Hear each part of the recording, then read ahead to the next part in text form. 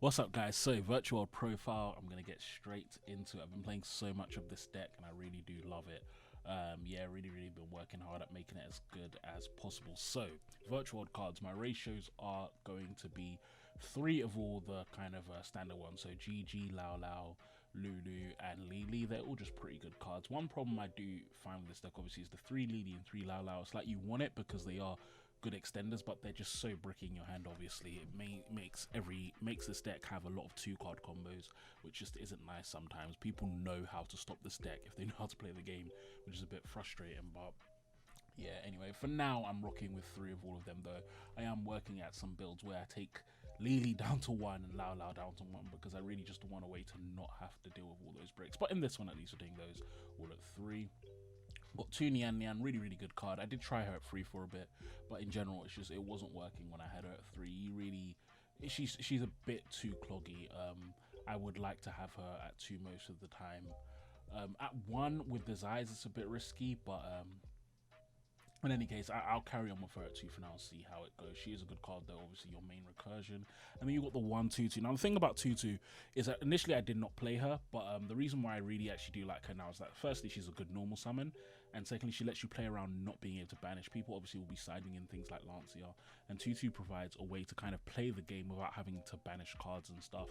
And she also just pitches dead cards out of your hand a lot of times. Sometimes if you draw more than one virtual world, especially the bigger ones, or if you draw a dead piece of the Cypher package, 2/2 makes it a bit less bricky. Someone suggested it to me, and definitely I like the idea. I do like 2/2. I might even try her at two, to be honest. She's not a bad card at all. The only disadvantage of her compared to the other virtual worlds is that she's purely a starter. She's not an extender at all.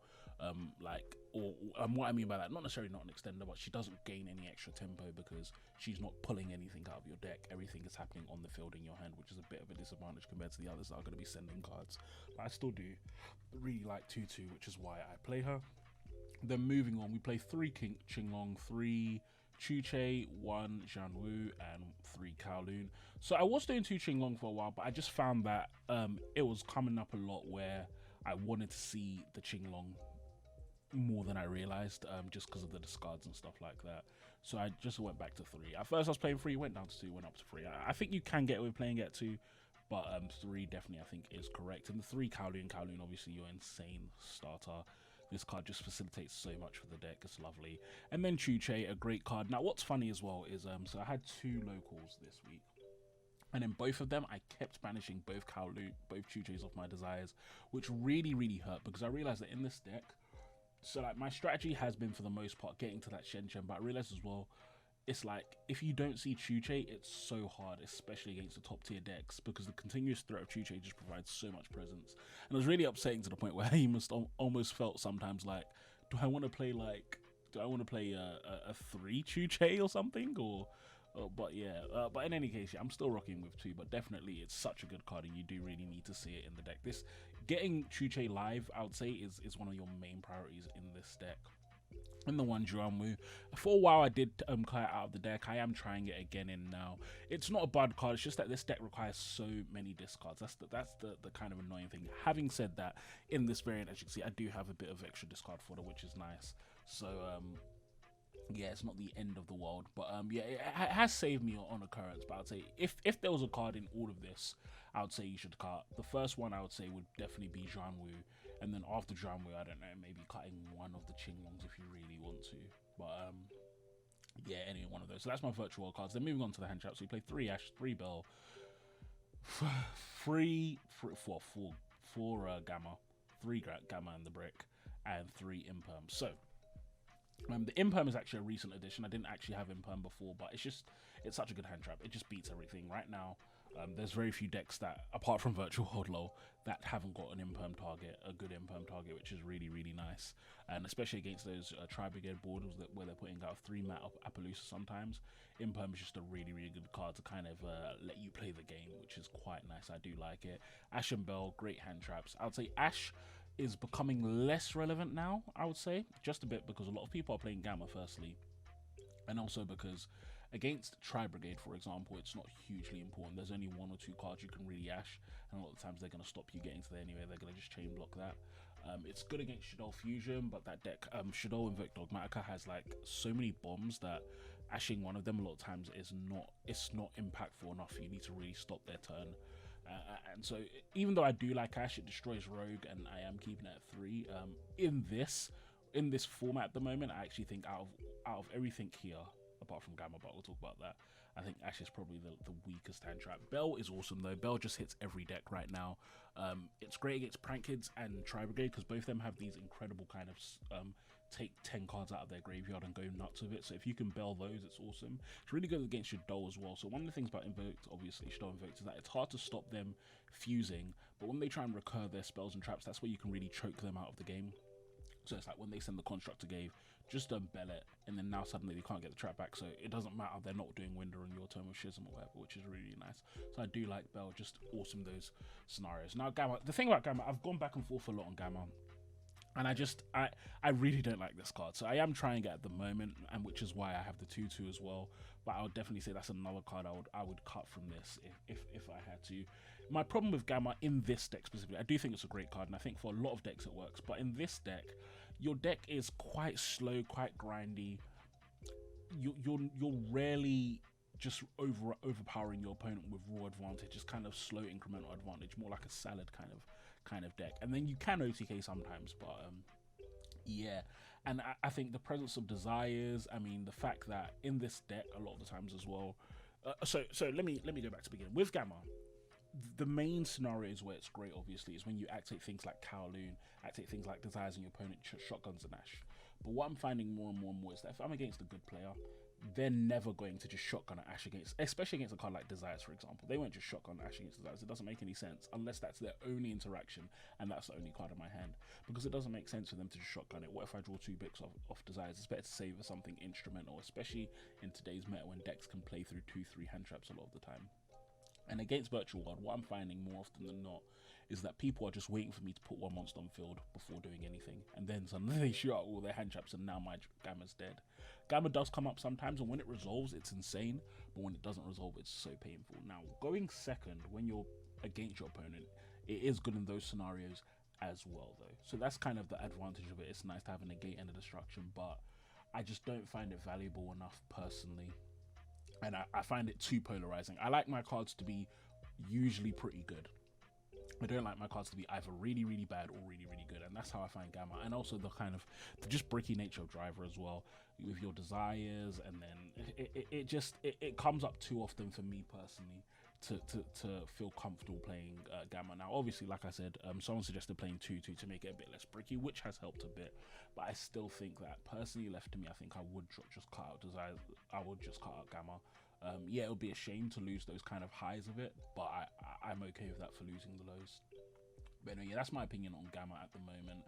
And then moving on, so just kind of the standard virtual text, obviously your CBTG, your FBG, your Emergency Teleport, Desires, just standard text in the virtual world deck. Now moving into my extra deck. So my extra deck is also quite standard. There's also a couple of cards that I'm trying out on suggestions from people.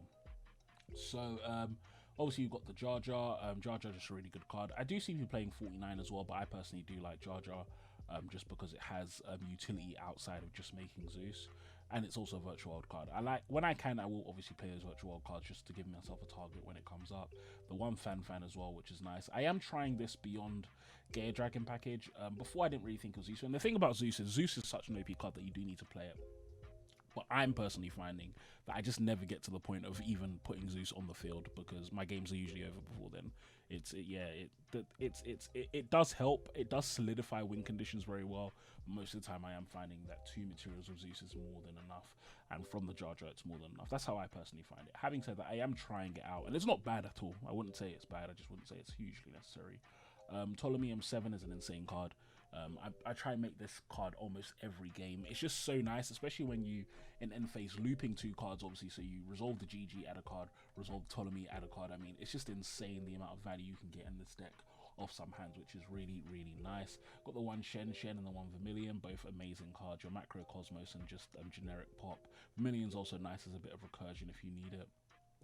King for Crystal Wing. Now this package, as much as I like it, I'm trying to find a better alternative, because what I'm finding more and more obviously is people are playing things like the Imperms and the Veilers, and it's frustrating when they hit your Tzolk'in. When they know what you're trying to do, which is obviously get a negate out before 5 for Nibiru, and then they just negate anyway, and you're left in a bit of a sucky situation. I actually had a game just now where I'll probably put that game up even though I lost, where Lich was against a Shadow player and he had 2 Nibirus. So he Nibiru'd me before I could Tzolk'in, then he Nibiru'd me again the next turn. I was like, oh my god. It's so tiring. But yeah, I do like the Tzolk'in package, but I want more effective strategies, to be honest, stopping their hand traps. One thing I am actually considering playing in this deck is TTT, Triple Tactics Talent. I do think it's a great card. But anyway, moving on. The 1-star does charge, and Coral, same thing basically, draw a card for you. I never go into this card, Ravenous Crocodile. If I can make a Synchro 9, I'm never making this, just because the only scenario I'd make this is if I'm laddering to Mathmech, or if I was making a rank 9. I don't play rank 9s anymore. I just don't think there's any rank 9 worth playing in my variant, unless I was playing a hand loop variant, and I would rather make Shenshin of Amelia most of the time. So I don't make this, but I guess it's there. The Omega is literally just for the Cyframe package, but like I said, his days are numbered. GMF Final Sigma, I do love this card. It actually came up quite a few times this weekend for me as well. So in the Virtual World Mirror, obviously it's an insane card, because Virtual World don't have a good way of outing high attack monsters that are unaffected by everything. It's good in the Sky Striker matchup, really good for them. They can't out it easily. Good in the Ignista matchup as well, with the 1 equation in my side deck, which I'll explain in a second. Just a really nice card, and also it facilitates OTKs quite nicely as well. So I do really like GMF Final Sigma. And yeah, I'd say that's my extra deck, standard extra deck. And then moving on to the side deck, obviously we've got the 3 Droll, 3 Phantasme, just good against everything, 3 Dark Ruler. Now Dark Ruler is another card, so one of the problems I'm having as well right now is I need a better card than Dark Ruler in my side deck. I'm just not coming up against the builder board decks as often. The only deck that really would be amazing against that, I guess, would be the what's it called, the Tri Brigade occasionally, when they have obviously the Ancient Warrior plus the Appaloosa and stuff like that. But even them, Imperm solves that board just as well as Dark Ruler. So I am kind of going off it. Maybe Lightning Storms. I might give a Lightning Storm a bit of a try, to be honest. I think that probably would be pretty good this format. All in all, I'll just say, like, the fact that I haven't sided this in my last like 20 games tells me that it's not doing its job on my side deck. Lancey is also another good choice, but one of the reasons I did stop playing Lancey, unfortunately, was just that I was finding that while it stopped some decks, it's the kind of card that it would stop. It was a similar thing with Dark Ruler No More, basically, where it would stop some decks completely, but other decks I can't even bother siding it in because they don't care about it. But yeah, moving on. Then we've got the 2 anti-spell. This is for Sky Striker, but again, Sky Striker and for Invoked and stuff. But I would say that Shadow, Invoked, and Sky Striker are probably 2 of the easier matchups in my opinion for this deck. It's more about you bricking or not bricking that determines you winning those matchups, not your side deck, because you've just got an inherent advantage with your Macrocosmos, which is really, really nice. But they're there anyway, and 3 Twin Twisters just for generic back row. These could be Cyclones or whatever.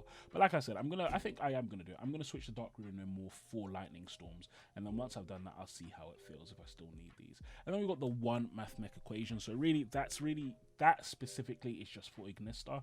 This deck obviously doesn't have an easy way of getting over that really big ass Ignista monster, so that's the main way. Obviously you crash your Geomathmech into it, bring it back with 4k attack, and then crash it again, and make sure obviously that you spun their grave as well before you do that, so they don't use Wind Pegasus or something. But beyond that, yeah, that's the only reason equation there. It did come up actually, funnily enough. So in my locals this weekend, twice I brought it out, and it won me the game both times because it's just such a nice kind of tech, and people don't really expect it. But anyway, yeah, that is the Virtual World profile that I'm going with for now, guys. So I'm going to be releasing so many Virtual World videos over the next kind of 2 weeks or so, and I'll probably start a DB rated series, so make sure you stay tuned for that.